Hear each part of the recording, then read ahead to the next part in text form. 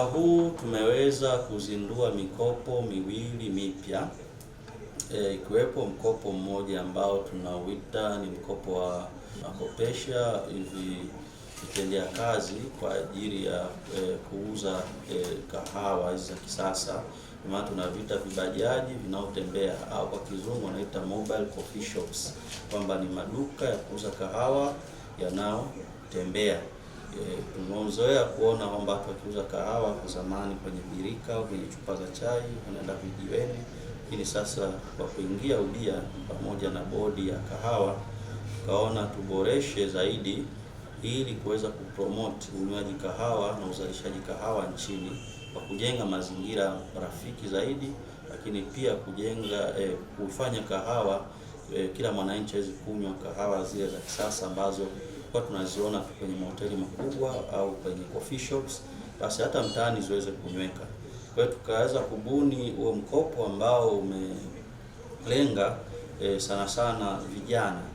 Inaweza kuwa ni vijana ambao wamepata mafunzo kutoka bodi ya kahawa, namna gani utengenezaji bora wa kahawa, lakini vile vile wamepata mafunzo namna gani basi wanaweza kutengeneza aina tofauti za kahawa, na ambazo pia hizo fursa hiyo wakaigeuza kuwa biashara kwa kuendesha maisha yao. Tukizungumzia mkopo huu kwa vijana umewapa fursa zaidi kwa kujitengenezea ajira, kwa sababu ni mkopo ambao hahitaji kijana awe na mtaji wowote ule.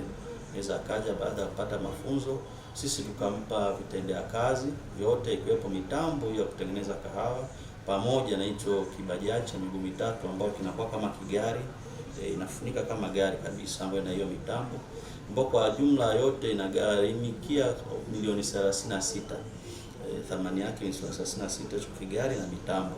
Kwa hiyo kijana anaweza akakopeshwa huo mtambo akaanza hiyo biashara bila kuwa na dhamana yoyote, lakini huo mtambo wenyewe ndio utasimama kama dhamana na ataweza kufanya biashara hiyo ya kahawa baada ya kupewa mafunzo kwa kwenda kuuza kahawa mtaani au sehemu yote yenye mkusanyiko, basi na akaweza kujipatia. Tunapendekeza wajasiriamali wadogo wanapokuja wasiwe na mikopo mingi.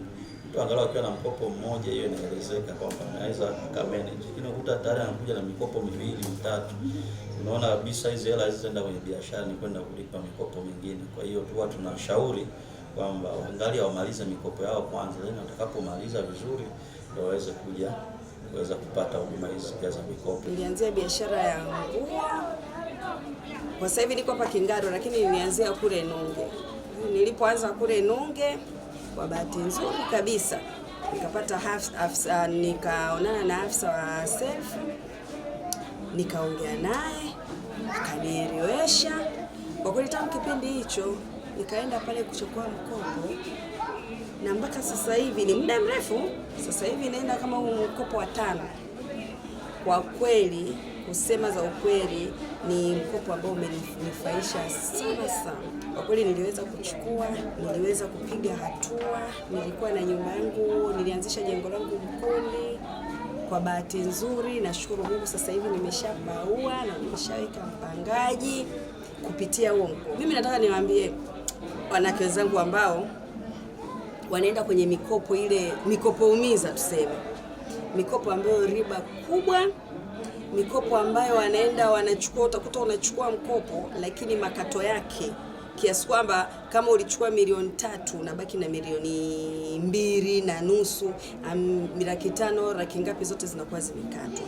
Mimi nilikuwa na shauri waende safe, wakakutane na afisa wa pale, wataongea naye, wataeleweshwa vizuri. Mimi nafikiri wakifanya hivyo watakuwa na maendeleo. Kwa mdau wa Safe Microfinance tokea mwaka juzi nilifahamu, lakini mwaka jana na mimi nikaingia nikachukua mkopo ili niweze kufanikisha katika kufanya kazi za hapa na pale, na mimi ni mmoja wa mnufaika. Niwashauri vijana wenzangu wasiogope kuchukua mikopo.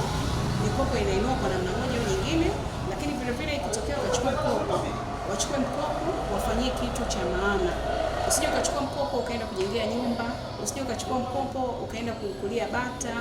Yaani ukichukua mkopo, chukua mkopo na hakikisha unatimiza lengo la ule mkopo.